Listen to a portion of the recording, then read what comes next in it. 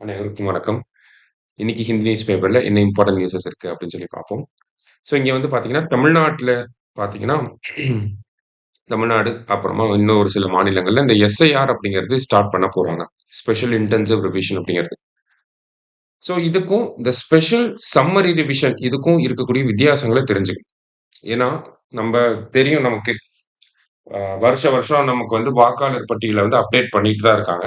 இப்ப special intensive ரிவிஷன்னு புதுசா எதுக்கு ஒண்ணு பண்றாங்க? அதுக்கு என்ன தேவை அப்படிங்கிறத தெரிஞ்சுக்கணும். இப்ப ஸ்பெஷல் சம்மரி ரிவிஷன் அப்படின்னா என்ன அப்படின்னு சொல்லி பார்த்தீங்கன்னா, நமக்கு இப்ப நம்ம 18 வயசு ஆன உடனே நம்ம போய் வோட்டர் ஐடி வந்து எடுப்போம். வீடு காலி பண்ணிட்டு வேற ஏரியாவுக்கு போறோம். இல்ல வேற மா ஐ மீன் டிஸ்ட்ரிக்ட் வந்து போறோம் அப்படின்னா, நம்மளோட தொகுதி வந்து மாறுது. அப்படிங்கிறப்ப என்னோட தொகுதிய மாத்துறதுக்காக நம்ம போய் அந்த அப்டேட் பண்ணுவோம். அடுத்ததா பார்த்தீங்கன்னா, நம்ம வீட்ல யாராவது வயசானவங்கள இறந்துட்டாங்க அப்படின்னா, அவங்கள ரிமூவ் பண்றதுக்காக பண்ணுவோம். ஸோ இந்த மாரியான விஷயங்கள் எல்லாமே ஸ்பெஷல் சம்மரி ரிவிஷனுக்கு கீழ வந்துரும். சரியா? அப்ப எஸ்ஐஆர்ன்னா என்ன அப்படின்னு சொல்லி பார்த்தீங்கன்னா, இந்த எஸ்ஐஆர் அப்படிங்கிறது வருஷம் வருஷம் நடத்த மாட்டாங்க. ஓகே. ஃபர்ஸ்ட் டிஃபரன்ஸ் வருஷம் வருஷம் நடத்த மாட்டாங்க. ஒரு 20 வருஷத்துக்கு ஒரு தடவ அந்த மாரி தான் நடத்துறாங்க. ஓகேவா? கடைசியா பார்த்தீங்கன்னா 2004, 2005 அந்த டைம் பீரியட்ல நடந்தது. இப்ப தான் மறுபடியும் நடக்குது. இதுல என்ன பண்ணுவாங்கன்னா, ஓவராலா இந்த எலக்டோரல் ரோல்ஸ அப்டேட் பண்ணுவாங்க. ஓகேவா? என்னென்ன இன்அக்யூரசிஸ் ஏதாவது இருக்கா அப்படின்னு சொல்லி பார்த்து அத ரிமூவ் பண்றது. அடுத்ததா வந்து பார்த்தீங்கன்னா, இந்த இறந்து போனவங்க பேர்லாம் வந்து ஒரு சில இடத்துல நீக்காம வச்சிருப்பாங்க. ஸோ அத ரிமூவ் பண்றது. மைக்ரேஷன்லாம் நடந்திருக்கும். ஸோ அந்த மைக்ரேஷன்லாம் இதுல வந்து இன்க்ளூட் பண்ணுவாங்க.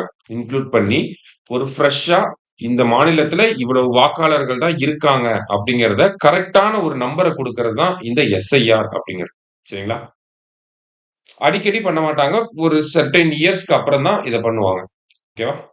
ஸோ அதே மாரி இது வந்து நமக்கு ரொம்ப ஹெல்ப்ஃபுல்லான ஒரு விஷயம் கூட. ஏன்னா டீலிமிட்டேஷன் அதெல்லாம் அடுத்தது வரப்போகுது.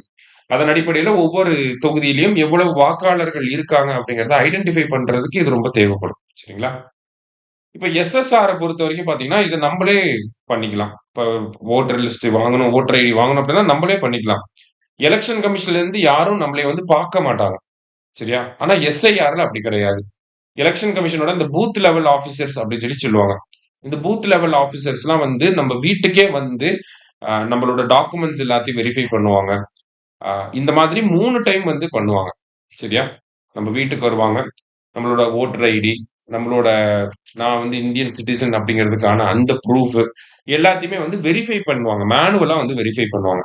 அதுக்கும் இதுக்கும் இருக்கக்கூடிய மேஜர் டிஃபரன்ஸ் வந்து இதுதான். மேனுவலா வெரிஃபை பண்ணி இந்த விஷயத்த வந்து அப்டேட் பண்ணுவாங்க. ஸோ இது எதுக்காக தமிழக அரசாங்கம் இப்ப தமிழ்நாட்டுல இருக்கக்கூடிய கட்சிகள்லாம் வந்து அப்போஸ் பண்றாங்க அப்படின்னு சொல்லி பார்த்தீங்கன்னா, இந்த எஸ்ஐஆர் நடந்த அந்த விதம், அந்த மேனர் வந்து இப்ப ரீசென்ட்டா வந்து பார்த்தீங்கன்னா, பீகார்ல நடந்துச்சு. அந்த பீகார்ல இந்த மேனர் ஆஃப் கண்டக்டிங் எஸ்ஐஆர் அப்படிங்கிறது கொஞ்சம் கான்ட்ரோவர்ஷியலா இருந்துச்சு. அதனால தான் அப்போஸ் பண்றாங்க. இப்ப பீகார்ல என்னாச்சு அப்படின்னு சொல்லி பார்த்தீங்கன்னா, பீகாரோட இயல்புப்படி பார்க்கிறப்ப, அங்க நெறைய மைக்ரண்ட் வொர்க்கர்ஸ்லாம் இருப்பாங்க. அவங்கலாம் பார்த்தீங்கன்னா, இங்க வந்துருவாங்க. தமிழ்நாடு, கேரளா இந்த மாரி பல மாநிலங்கள்ல வந்து இருக்காங்க. இப்ப பூத் லெவல் ஆஃபீசர்ஸ் அவங்க வீட்ல போய் பார்க்கிறப்ப, அவங்க இருக்க மாட்டாங்க. அப்ப அந்த ஆட்கள் இல்ல அப்படின்னு சொல்லி ரிமூவ் பண்ணிட்டாங்க. அதுக்கப்புறமா உச்சநீதிமன்றத்துல வழக்கு போடப்பட்டுச்சு. உச்சநீதிமன்றம் என்ன சொல்லியிருப்பாங்க அப்படின்னா, எத்தன பேர ரிமூவ் பண்ணீங்க? என்ன காரணத்துக்காக ரிமூவ் பண்ணீங்க? அவங்களுக்கு அந்த காரணங்கள குடுத்துட்டு, இன்னொரு வாய்ப்பும் குடுங்க அவங்களோட விஷயங்கள வெரிஃபை பண்றதுக்கு அப்படின்னு சொல்லி சொல்லியிருப்பாங்க. ஓகேவா? ஏன்னா ரிமூவல் அப்படிங்கிறது ரொம்ப நெறையா இருந்துச்சு. ஓகேவா? பொலிட்டிக்கலி மோட்டிவேட்டடா இந்த ரிமூவல்ஸ்லாம் இருக்கு அப்படின்னு சொல்லி சொல்லியிருந்தாங்க. அரசியல் காரணங்களுக்காக நெறைய வாக்காளர்கள வந்து ரிமூவ் பண்ணிட்டாங்க அப்படின்னு சொல்லி சொல்லியிருந்தாங்க. அதனால உச்சநீதிமன்றம் தலையிட்டு இந்த மாதிரியான ஒரு மேண்டேட் வந்து சொல்லியிருந்தாங்க. ரீசன்ஸ் குடுங்க, இன்னொரு வாய்ப்பு குடுங்க, டாக்குமெண்ட்ட வெரிஃபை பண்ணுங்க மறுபடியும் அப்படின்னு சொல்லி. அதுக்கப்புறம் மறுபடியும் வெரிஃபை பண்ணி பார்த்ததுல, நெறைய பேர் வந்து மறுபடியும் ஆட் ஆயிட்டாங்க. ஓகேவா? அ எக்ஸ் வெளிய வந்தவங்க எல்லாம் மறுபடியும் எக்ஸ்க்ளூட் ஆனவங்க எல்லாம் மறுபடியும் இன்க்ளூட் பண்ணிட்டாங்க.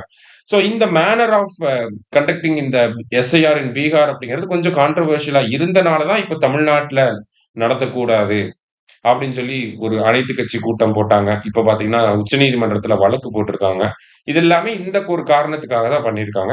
ஆனா பீகார்ல நடந்த மிஸ்டேக்ஸ எலக்ஷன் கமிஷன் மத்த ஸ்டேட்ஸ்ல பண்ண மாட்டாங்க அப்படிங்கிறத நம்ம புரிஞ்சுக்கலாம். ஏன்னா, அ அங்க வந்து ஒரு டைம் பண்ணிட்டாங்க. அந்த மிஸ்டேக்ஸ ரிப்பீட் பண்ண மாட்டாங்க. அதே மாதிரி சுப்ரீம் கோர்ட்டோட மேண்டேட்டும் இருக்கு. அவங்க ஒரு செட் ஆஃப் கைட்லைன்ஸ வந்து குடுத்திருக்காங்க.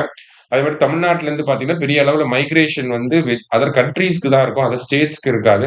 அதை ஈஸியா நம்மளால அகாமடேட் பண்ண முடியும். பிகாஸ் ப்ராப்பர் டாக்குமெண்ட்ஸ் தமிழ்நாட்டுல மோரார்லெஸ் வந்து நம்ம வச்சிருக்கோம் இல்லையா? ஸோ அதனால அந்த ஒரு கான்ட்ரோவர்சிஸ் தமிழ்நாட்டுல வராது. இருந்தாலும் எக்ஸாம் பாயிண்ட் ஆஃப் வியூல நம்ம என்ன தெரிஞ்சுக்கணும்னா, இந்த ஸ்பெஷல் சம்மரி ரிவிஷனுக்கும், ஸ்பெஷல் இன்டென்சிவ் ரிவிஷனுக்கும் இருக்கக்கூடிய வித்தியாசம் என்ன அப்படின்னு சொல்லி தெரிஞ்சுக்கணும். எஸ்எஸ்ஆர், எஸ்ஐஆர் 2மே ஃபுல் ஃபார்மோட தெரிஞ்சுக்கணும். அத கூட கேட்கலாம் நமக்கு. சரியா? ஸோ அதான் ஃபர்ஸ்ட் நியூஸ்ல வந்து பார்க்குறோம். அடுத்தது வந்து பார்த்தீங்க அப்படின்னா, Tamil Nadu endangered species conservation fund அப்படின்னு சொல்லி குடுத்திருக்காங்க. ஓகேவா? So Tamil Nadu endangered species conservation fund வந்து எப்போ உருவாக்கியிருக்கோம் அப்படின்னு சொல்லி பார்த்தீங்கன்னா, 2024ல வந்து எஸ்டாப்ளிஷ் பண்ணியிருக்கோம். ஃபண்டுன்னு சொல்லி குடுத்திருக்காங்க. எவ்வளோ ஃபண்ட் இதுக்காக ஒதுக்கீடு செஞ்சிருக்காங்க அப்படின்னு சொல்லி பார்த்தீங்கன்னா, ரூ. 50,00,00,000 வந்து ஒதுக்கீடு செஞ்சிருக்காங்க. எதுக்காக அப்படின்னா, இந்த என்டேஞ்சர்ட் ஸ்பீஷிஸ்லாம் பாதுகாக்கிறதுக்காக. அது பேர்லயே இருக்கு. என்டேஞ்சர்ட் ஸ்பீஷிஸ பாதுகாக்கிறதுக்காக ஸ்பெஷலா ஒரு ரூ. 50,00,00,000 வந்து ஒதுக்கியிருக்காங்க. இந்த ஃபண்ட மேனேஜ் பண்றது யாரு அப்படின்னு சொல்லி பார்த்தீங்கன்னா, all advanced institute for wild life conservation. ஓகேவா? AIWC அப்படின்னு சொல்லுவாங்க. Advanced institute for wild life conservation.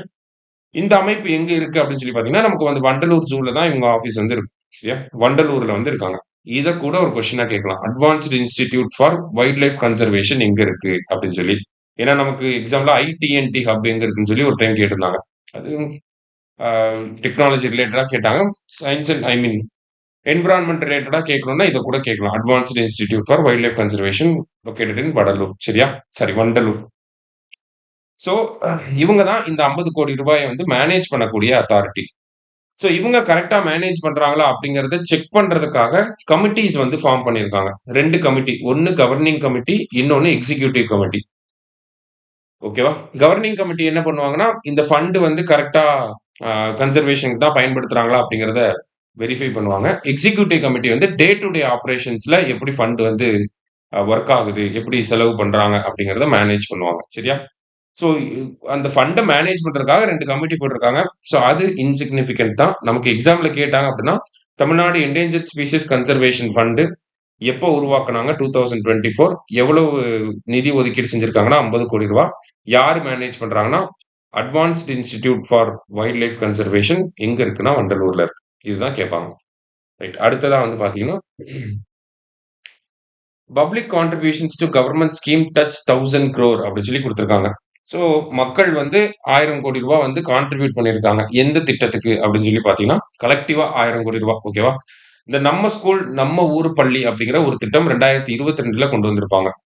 So இந்த திட்டத்துக்கு கீழ பார்த்தீங்கன்னா, நமக்கு ஸ்கூல் இன்ஃப்ராஸ்ட்ரக்சர வந்து அப்கிரேட் பண்றது தான் இந்த திட்டம்.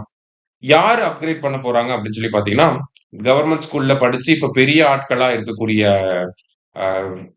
அ மேஜர் கம்பெனி ஓனர்ஸ் இந்த மாரியான ஆட்கள்லாம் ஒரு ஸ்கூல வந்து அடாப்ட் பண்ணி, அந்த ஸ்கூல வந்து டெவலப் பண்றது தான் இந்த நம்ம ஸ்கூல், நம்ம ஊர் பள்ளி அப்படிங்கிற இந்த இனிஷியேட்டிவ். சரிங்களா? அவங்க வந்து ஃபண்டிங் கான்ட்ரிபியூஷன் வந்து பண்ணுவாங்க. CSR ஃபண்டிங் மூலியமா ஒவ்வொரு ஸ்கூலுக்கும் வந்து ஃபண்டிங் வந்து பண்ணிக்கிட்டு இருக்காங்க. சரியா? ஸோ இந்த திட்டத்துக்கு கீழ கான்ட்ரிபியூஷன் இப்ப எவ்வளவு கோடி ரூபாய் வந்திருக்குன்னா, ரூ. 1,000,00,00,000 வந்து வந்திருக்கு அப்படின்னு சொல்லி சொல்றாங்க. ஸோ இது வந்து ஒரு இனிஷியேட்டிவ் தான். ஸோ இந்த இனிஷியேட்டிவ் அப்படிங்கிறது நமக்கு இந்த இனிஷியேட்டிவோட சேர்பர்சன் யாருன்னா, வேணு ஸ்ரீனிவாசன். சரியா? டிவிஎஸ் இருக்காரு இல்லையா? அந்த வேணு ஸ்ரீனிவாசன் தான். இந்த இனிஷியேட்டிவோட பிராண்ட் அம்பாசிடர் யாரு அப்படின்னு சொல்லி பார்த்தீங்கன்னா, நம்ம இந்த செஸ் பிளேயர் விஸ்வநாதன் ஆனந்த் இருக்காரு இல்லையா? அவர் தான் இந்த ஸ்கீம் இந்த இனிஷியேட்டிவோட பிராண்ட் அம்பாசிடரா இருக்காரு. ஓகே. பேசிக் டீடைல்ஸ் இத மட்டும் தெரிஞ்சுக்கிட்டா போதும். சரியா? நெக்ஸ்ட் வந்து பார்த்தீங்கன்னா, ஸோ இந்த இடத்துல பார்த்தீங்கன்னா, இந்தியாவோட ஐடிஇ வந்து குடுத்திருக்காங்க. ஸோ ஏஐயோட இன்டகிரேஷனுக்கு அப்புறமா ஐடி லே ஆஃப்ஸ் அப்படிங்கிறது அதிகமா நடந்துகிட்டு இருக்கு. ஓகேவா?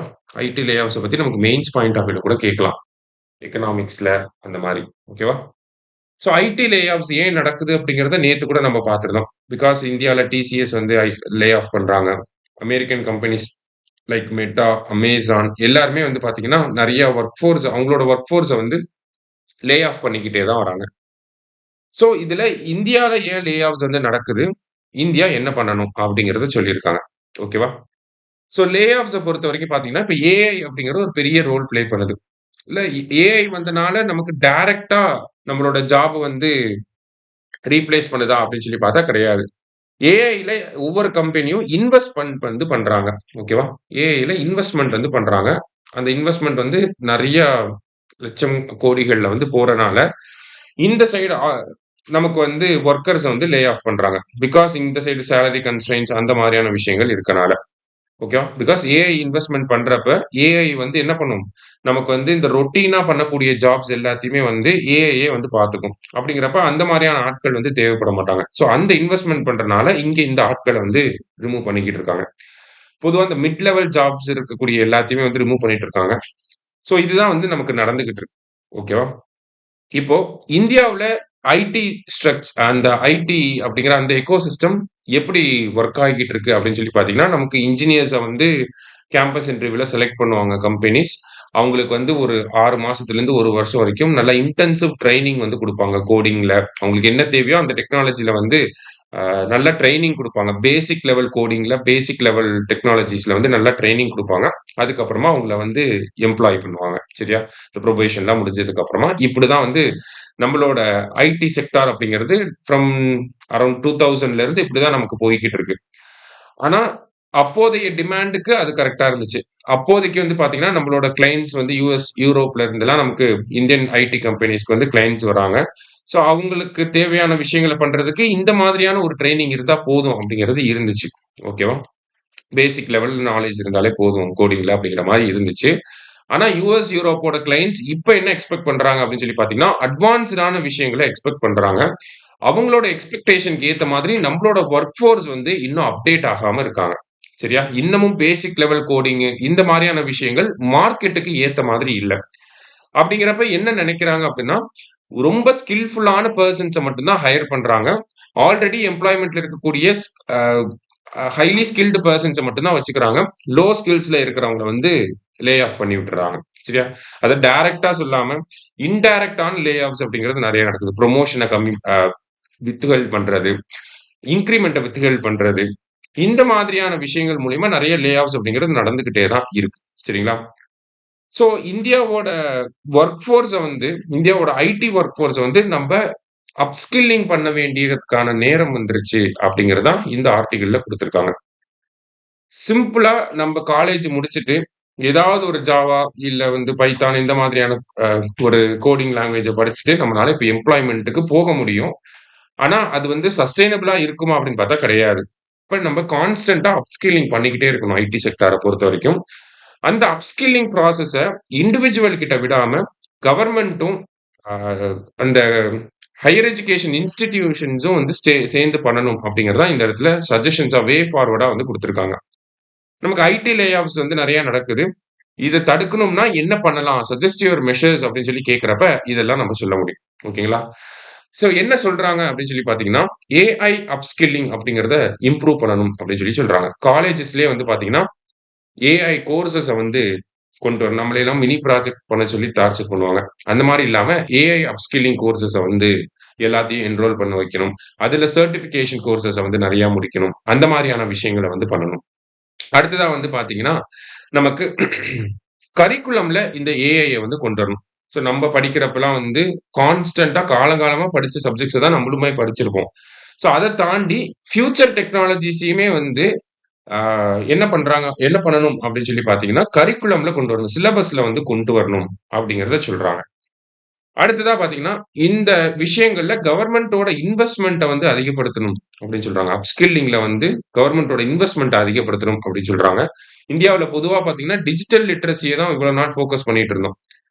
இந்த டிஜிட்டல் லிட்டரசிய தாண்டி ஏஐ லிட்டரசிய வந்து ஃபோக்கஸ் பண்ணணும் அப்படின்னு சொல்லி சொல்றாங்க. அடுத்ததா பார்த்தீங்கன்னா, ஸ்டார்ட் அப்ஸ்க்கு வந்து ஃபண்டிங் குடுக்கணும். ஏஐ ரிலேட்டடா ஸ்டார்ட் அப்ஸ நெறைய கொண்டு வரணும். ஏஐ ரிலேட்டடா இருக்கக்கூடிய ஸ்டார்ட் அப்ஸ்க்கு வந்து ஃபண்டிங் அந்த மாரியான ஹெல்ப் பண்ணணும். அந்த மாரி பண்றப்ப, இந்த ஏஐ அப்ஸ்கில்டா வரக்கூடிய ஸ்டூடண்ட்ஸ வந்து நம்மனால ஈஸியா எம்ப்ளாய் பண்ணவும் முடியும் அப்படின்னு சொல்லி சொல்றாங்க. ஓகேவா? ஸோ அப்ப இந்தியன் ஐடி செக்டார் அப்படிங்கிறது ஒரு டிரான்ஸ்ஃபர்மேட்டிவ் சேஞ்ச நோக்கி போய்க்கிட்டு இருக்கு. ஆ ஏஐ அப்படிங்கிற ஒரு டெக்னாலஜியோட ஃபுல் பொட்டன்ஷியல இந்தியாவோட ஐடி செக்டார் யுட்டிலைஸ் பண்ணணும்னா, இந்த மாரியான ஸ்டெப்ஸ் எல்லாம் பண்ணணும் அப்படின்னு சொல்லி நம்ம ஆன்ஸர் எழுதி முடிக்கணும். சரிங்களா? ஜஸ்ட் வே ஃபார்வர்டுக்கு இந்த ஒரு விஷயம் சஜெஸ்ட் யுவர் மெஷர்ஸ் அப்படிங்கிறதெல்லாம் கேட்டா இது யூஸ் ஆகும் நமக்கு. அடுத்ததா பார்த்தீங்கன்னா, இந்த கேஸ் ஃபார் எனர்ஜி எஃபிஷியன்சி அப்படின்னு சொல்லி குடுத்திருக்காங்க. ஸோ எனர்ஜி எஃபிஷியன்சிய பத்தி பார்க்கிறப்ப, நம்ப பஞ்சாமிர்த் டார்கெட்ஸ் அப்படிங்கிறது இருக்கு. ஓகேவா? நம்ம வந்து நெட் ஜீரோ வந்து 2070ல அச்சீவ் பண்ண போறோம். 500 ஜிகாவாட் ஆஃப் நான் ஃபாசில் எனர்ஜி வந்து கொண்டு வரப் போறோம். அதாவது 500 ஜிகாவாட் ஆஃப் ரெனியூவபிள் எனர்ஜி கொண்டு வரப் போறோம். 50% ஆஃப் நான் ஃபாசில் எனர்ஜி வந்து கொண்டு வரணும். கார்பன் இன்டென்சிட்டி ஆன் எக்கானமிய 45% கொண்டு வரணும். அடுத்ததா பாத்தீங்கன்னா, கார்பன் சீக்வஸ்ட்ரேஷன் பண்ணணும். ஒரு 3 மில்லியன் டன்ஸ்க்கு வந்து பாத்தீங்கன்னா, கார்பன் சீக்வஸ்ட்ரேஷன் பண்ணணும் அப்படிங்கிறது தான் இந்த பஞ்சாமிர்த டார்கெட்ஸ். இதுல நெட் ஜீரோங்கிறது 2070, மத்ததெல்லாம் 2030க்குள்ள நம்ம அச்சீவ் பண்ணணும். இதுல இந்த 50% ஆஃப் நான் ஃபாசில் எனர்ஜி கெப்பாசிட்டிய கொண்டு வரணுங்கிறத நம்ம ஆல்ரெடி பண்ணி முடிச்சுட்டோம். அத வந்து அச்சீவ் பண்ணிட்டோம். ஸோ 50% ஆஃப் நான் ஃபாசில் எனர்ஜி அப்படிங்கிறது நம்மகிட்ட இருக்கு. ஆனா 50% எனர்ஜி ஜெனரேஷன் இருக்கா அப்படின்னு சொல்லி பார்த்தா அது இல்ல. ஓகேங்களா? கெப்பாசிட்டி இருக்கு. ஆனா எனர்ஜி ஜெனரேஷன் அப்படிங்கிறது இல்லாம இருக்கு. ஓகேவா? எதனால இந்த எனர்ஜி ஜெனரேஷன், சோலார் எனர்ஜி ஜெனரேஷனோ இல்ல இந்த ரெனியூவபிள் எனர்ஜி ஜெனரேஷன் கம்மியாகுதுன்னா, அதுக்கு நெறைய ஃபேக்டர்ஸ் இருக்கு. ஓகேங்களா? மான்சூன் அப்படிங்கிற ஒரு ஃபேக்டர் இருக்கு. அடுத்தது வந்து டிமாண்ட் அதிகமா இருக்கிறது. பீக் டிமாண்ட் அதிகமாச்சு அப்படின்னா, நமக்கு ரெனியூவபிள் எனர்ஜி அது பத்த மாட்டேங்குது. ஓகேங்களா? ஜெனரேஷனே வந்து ஆக்சுவலி கம்மியா தான் இருக்கு. 22% தான் ஜெனரேட்டே பண்றாங்க. அடுத்ததா பார்த்தீங்கன்னா, நமக்கு பேட்டரி டெக்னாலஜிஸ்ல நம்ம இன்னும் அப்கிரேட் ஆகாம இருக்கோம். சோலார் எனர்ஜி, ரெனியூவபிள் எனர்ஜியோட அடாப்ஷன் வந்து பப்ளிக் கிட்ட வந்து கம்மியா இருக்கு. ஸோ இந்த மாரி நெறைய ஃபேக்டர்ஸ் இருக்கனால தான் என்ன ஆகுது, நமக்கு 50% கெப்பாசிட்டி இருந்தாலுமே ஜெனரேஷன் அப்படிங்கிறது நம்மனால அந்த அளவுக்கு கொண்டு வர முடியல. 22% தான் இருக்கு.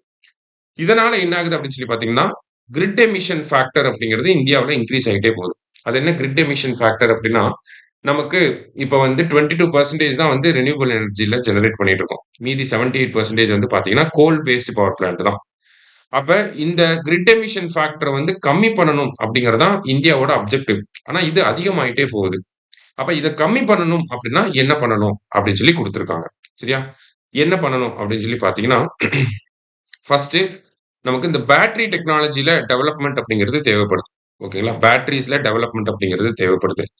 அடுத்ததா பார்த்தீங்கன்னா, நம்ம வீட்ல யூஸ் பண்ணக்கூடிய appliances, house hold appliances, white goods அப்படின்னு சொல்லி சொல்லுவாங்க. இந்த டியூப் லைட் இந்த மாரியான விஷயங்கள்லாம். ஸோ இதனுடைய எனர்ஜி எஃபிஷியன்சிய வந்து அதிகப்படுத்தணும்.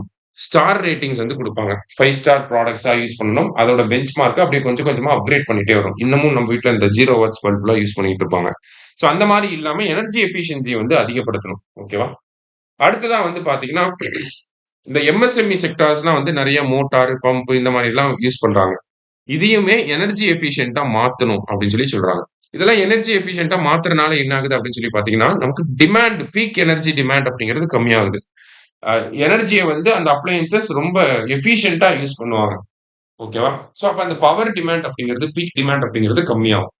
ஸோ இந்த மாரியான விஷயங்கள வந்து பண்ணணும். அடுத்ததா வந்து பார்த்தீங்கன்னா, இப்ப நான் எலக்ட்ரிசிட்டி வந்து யூஸ் பண்றேன். என்னோட எலக்ட்ரிசிட்டி யூசேஜ்ல ரெனியூவபிள் எனர்ஜியோட ஷேர் வந்து அதிகமா இருக்குன்னா, என்னோட டாரிஃப வந்து குறைக்கணும். ஓகேவா? ஸோ இந்த மாரியான இன்னோவேட்டிவ் மெஷர்ஸ வந்து கொண்டு வரணும்.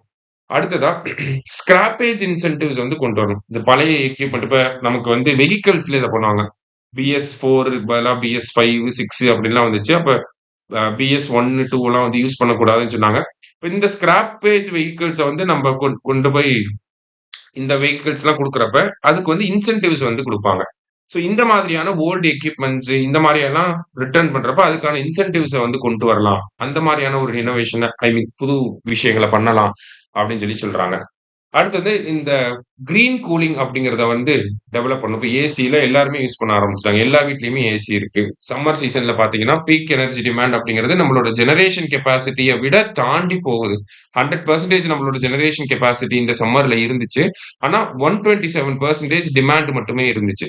அப்படிங்கிறப்ப நம்ம வெளிநாடுகள்ல இருந்து எனர்ஜிய இம்போர்ட் பண்ண வேண்டிய சிச்சுவேஷன்லாம் வந்துச்சு. அப்ப இந்த மாரியான விஷயங்கள்லாம் தவிர்க்கணும் அப்படின்னா, கிரீன் கூலிங் போன்ற இன்னோவேட்டிவ் ப்ரொசீஜர்ஸ நம்ம கொண்டு வரணும்.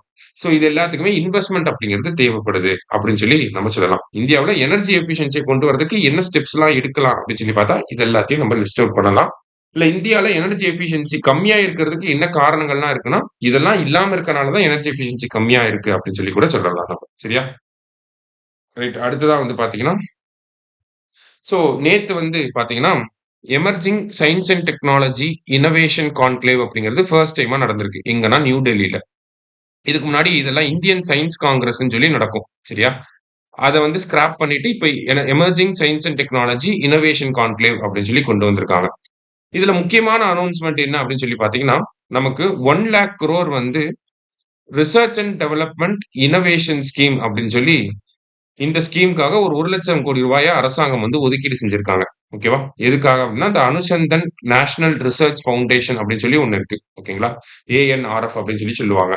Anusandhan national research foundation. இவங்க தான் இந்தியாவுல இந்த ரிசர்ச் அண்ட் டெவலப்மென்ட்க்காக ஃபண்டிங் குடுக்கக்கூடிய அத்தாரிட்டி. சரியா? ரீசென்ட்டா தான் 2023 தான் கொண்டு வந்திருப்பாங்க. இவங்க தான் ரிசர்ச் அண்ட் டெவலப்மென்ட்க்காக ஃபண்ட் பண்ணக்கூடிய அத்தாரிட்டி. ஸோ இவங்க வந்து இவங்களுக்கு அந்த இதுக்கு கீழ அந்த 1,00,000 கோடி ரூபாய வந்து ஒதுக்கியிருக்காங்க. ஸோ இது வந்து பிரைவேட் செக்டாரோட ரிசர்ச் அண்ட் டெவலப்மென்ட்ட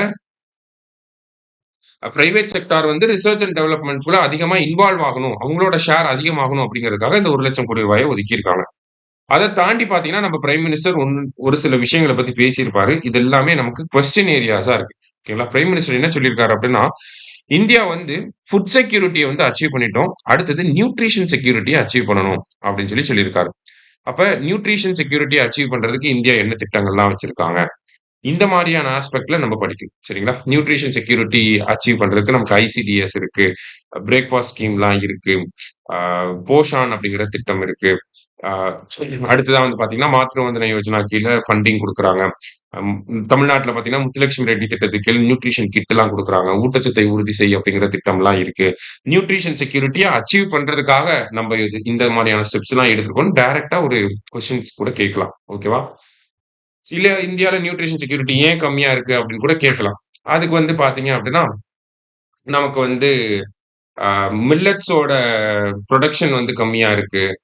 அ அடுத்ததா வந்து பார்த்தீங்கன்னா, நியூட்ரிஷியஸ் ஃபுட் எல்லாமே ஹை காஸ்ட்டா இருக்கு அப்டின்லாம் சொல்லலாம். லைக் வந்து இந்த பாதாம், பிஸ்தா இந்த மாதிரியான விஷயங்கள்லாம் ஹை காஸ்ட்ல வந்து இருக்கு. இத வந்து புவர் பீப்பிள்னால யூஸ் பண்ணிக்க முடியல. புவர் பீப்பிளோட டயட்ல நியூட்ரிஷியஸ் கன்டென்ட் வந்து கம்மியா இருக்கு. அந்த மாரியான விஷயங்கள சொல்லலாம். ஓகேவா? அப்ப அதுக்கு சொல்யூஷன்ஸா பார்த்தீங்கன்னா, பிடிஎஸ்லயே நியூட்ரிஷன் அதிகமா குடுங்க. இப்ப வந்து சன்னாலாம் குடுக்குறாங்க. அத தாண்டி பார்த்தீங்கன்னா, மத்த நியூட்ரிஷனிஸ்ட் கன்டென்ட்டையுமே வந்து நம்ம பிடிஎஸ் மூலியமா குடுக்க முடியும் அப்டின்லாம் நம்ம எழுத முடியும். சரிங்களா? ஸோ இந்த நியூட்ரிஷன் செக்யூரிட்டிக்காக என்ன பண்றாங்க அப்டிங்கிறது தான் இதுக்கப்புறம் வரக்கூடிய கேள்விகள்ல வரும். அடுத்ததா வேற என்ன சொல்லியிருக்காரு அப்படின்னு சொல்லி பார்த்தீங்கன்னா, பயோ ஃபோர்ட்டிஃபைட் கிராப்ஸ வந்து கொண்டு வாங்க. மால் நியூட்ரிஷன அட்ரஸ் பண்றதுக்கு பயோ ஃபோர்ட்டிஃபைட் கிராப்ஸ கொண்டு வாங்கன்னு சொல்லி அவரே ஒரு சஜஷன் குடுக்குறாரு. பயோ ஃபோர்ட்டிஃபிகேஷன் அப்படின்னு சொல்லி பார்த்தீங்கன்னா, ஒரு கிராப்ல விட்டமின்ஸோட கன்டென்ட்ட வந்து அதிகப்படுத்துறது. ஓகேங்களா? அப்ப பயோ ஃபோர்ட்டிஃபைட் ரைஸ்லாம் நம்ம படிப்போம் மெயின்ஸ்ல. ஸோ அந்த மாரியான விஷயங்கள். அடுத்தது லோ காஸ்ட் ஃபெர்டிலைசர்ஸ டெவலப் பண்ணணும். இது விவசாயிகளுக்காக. லோ காஸ்ட்ல ஃபெர்டிலைசர்ஸ கொண்டு வாங்க. இந்தியாவோட ஜீனோமிக் பயோடைவர்சிட்டிய வந்து மேப் பண்ணுங்க அப்படின்னு சொல்லியிருக்காரு. ஜீனோம் இந்தியா ப்ராஜெக்ட் வந்து நம்ம பண்ணியிருக்கோம். அதுல இந்தியன்ஸோட ஜீன்ஸ் எல்லாத்தையும் சீக்வென்ஸ் பண்ணி வச்சிருக்கோம். அத பயன்படுத்தி என்ன பண்ணணும்? பெர்சனலைஸ்ட் மெடிசின வந்து கொண்டு வாங்க. இப்ப எக்ஸாம்பிள்க்கு ட்ரைபல் பீப்பிள் இருக்காங்க அப்படின்னா, அவங்களுக்கு சிக்கிள் செல் அனீமியா வரும். இப்ப அவங்களோட ஜீனுக்கு ஏத்த மாரி ஒரு மெடிசின டெவலப் பண்ணணும். ஸோ அந்த மாரியான விஷயங்கள். அடுத்தது இவருமே பார்த்தீங்கன்னா, பேட்டரி ஸ்டோரேஜ்ல இன்னோவேஷன கொண்டு வாங்கப்பா அப்படின்னு சொல்றாரு. ஏன்னா பேட்டரி ஸ்டோரேஜ்ல இன்னோவேஷன் தேவைப்படுது. அப்பதான் வந்து ரெனியூவபிள் எனர்ஜியோடைய பொட்டன்ஷியலா நம்ம ஃபுல்லா பயன்படுத்த முடியும். ஸோ இந்த மாரியான ஒரு சில விஷயங்கள வந்து சொல்லியிருக்காரு. இது எல்லாமே நமக்கு மெயின்ஸ் பாயிண்ட் ஆஃப் வியூல யூஸ் ஆகக்கூடிய விஷயங்கள். சரியா?